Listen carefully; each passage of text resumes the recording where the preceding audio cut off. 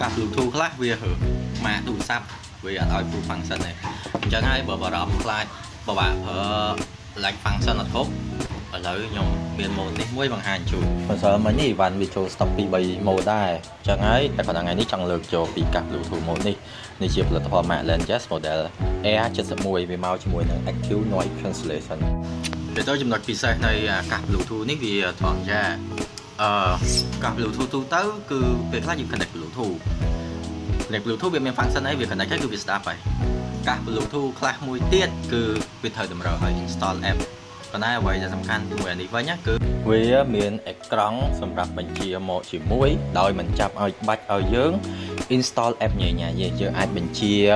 បើកបិទ noise cancelling transparency mode នៅតាមនឹង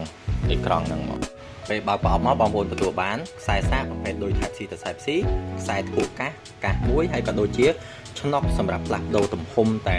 តាមវិជាបងប្អូនចឹងអ្នកខ្លះប្រើអត់ទូចអ្នកខ្លះប្រើឆ្នុកធំអញ្ចឹងបងប្អូនអាចសេរីស្រូវបានមើលទៅមួយណាស្រួលប្រើនិយាយទៅវាមានមុខងារជាច្រើនមែនទែនបងប្អូនអើយនិយាយទៅ